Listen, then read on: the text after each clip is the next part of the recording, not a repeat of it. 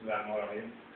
هو طبعا يعني بعد الاداء اللي انا وصلت له طبعا في ماتش الكاس، ماتش الاتحاد، ماتش الحرس، طبعا تدريب الانديه بتبص عليا ويبقى فيهم فوضى فعلا، كلهم جرايد باليوم.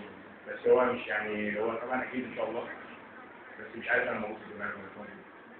هي حاجه بتيجي يعني هو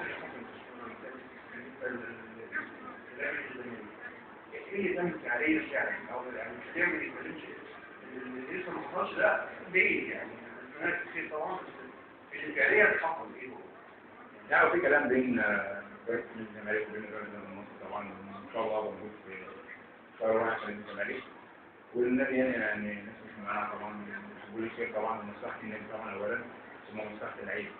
فانا بتمنى يعني ان شاء الله يعني لو ربنا كرمنا ان شاء الله وصعدنا هي اصعب بالفرقه طبعا ممتاز، دي حاجه كويسه ليا طبعا وكويسه للنادي. لو ربنا ما قررش طبعا وليا فرصه طبعا في اي حته ثانيه فاكيد طبعا انتوا مالين خير انا واقف جنبي. وبعد ما ربنا يكرمني ان شاء الله يعني في نادي النصر ونادي الزمالك. بس حتى من الزمالك كلمه شخصيا انا شايف عقلي. يعني في حد شخص يعني الموضوع كان فيه شخص لينا فيه او ولا كان الموضوع عن طريق ضربه؟ هو اي كلام مع فرقه نادي النصر. مش كلام مع يمكن محدش كلمه خالص من الناس. لا كلام مع كلام مع رئيس النصر.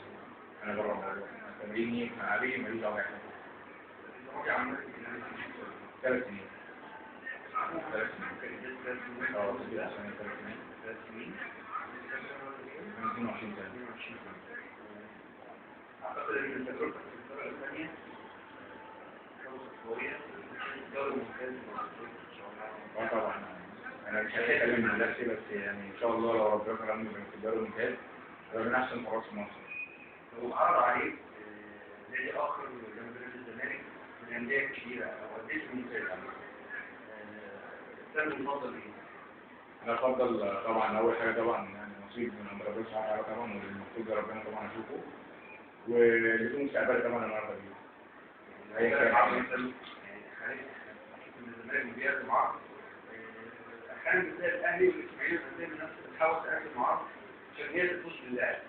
فلو الاهلي قدم عرض او الاسماعيلي قدم عرض بجانب عرض الزمالك ده هيحصل ايه؟ ده طبعا بعيد عن الفلوس بعيد عن اي حاجه طبعا بعيد عن الماديات طبعا مش الكلام ده خالص.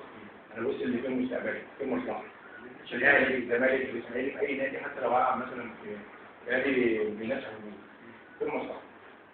ده مصلحتي اهم حاجه يعني برضه لو الاهلي والزمالك في منافسه واحده مع السابق اختار ايه؟ برضه العرض فيه العرض سابق برضه المصلحه بدون كلام. طبعا مع احترام نادي الزمالك واحترام النادي الاهلي طبعا يعني شرف الاهلي طبعا بيلعب نادي الزمالك والنادي الاهلي. الاثنين هيقدموا عرض واحد تمام كده. بس انا برضه بقول لك مصلحه مش هقدر اقرر بين الاهلي والزمالك هو مصلحتي فيهم وهلعب فيهم. فرصتي فين؟ اكيد ان شاء الله الناس كتير اكبر الانديه والمستقبل يعني ده كله بيقول على منتخب مصر طبعا لكن حاله راس طبعا موجود في نادي مصر والناس يعني من نادي مربيني ومع مصر طبعا في اي مكان في اي حته ومع مصر ان شاء الله في الدوري الممتاز السنه دي ربنا يكرمنا ان شاء الله.